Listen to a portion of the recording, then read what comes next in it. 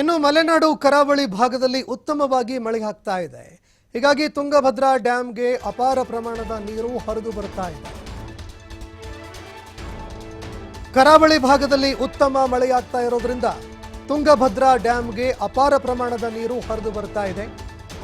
ಬಳ್ಳಾರಿ ವಿಜಯನಗರದ ತುಂಗಭದ್ರಾ ಡ್ಯಾಂಗೆ ಜೀವ ಕಳೆ ಬಂದಂತಾಗಿದೆ.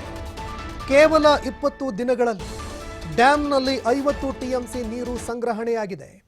100 ಟಿಎಂಸಿ ನೀರು ಸಂಗ್ರಹದ ಸಾಮರ್ಥ್ಯ ಹೊಂದಿರುವಂತಹ ಟಿಬಿ ಡ್ಯಾಂನಲ್ಲಿ ಇದೀಗ 50 ಟಿಎಂಸಿಯಷ್ಟು ನೀರು ಸಂಗ್ರಹ ಇದೆ.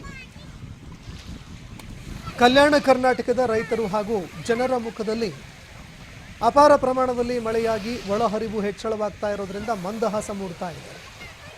ಟಿಬಿ ಡ್ಯಾಂ ವೀಕ್ಷಣೆಗೆ ನೂರಾರು ಪ್ರವಾಸಿಗರು ಹರಿದು ಬರ್ತಾ ಇದ್ದಾರೆ.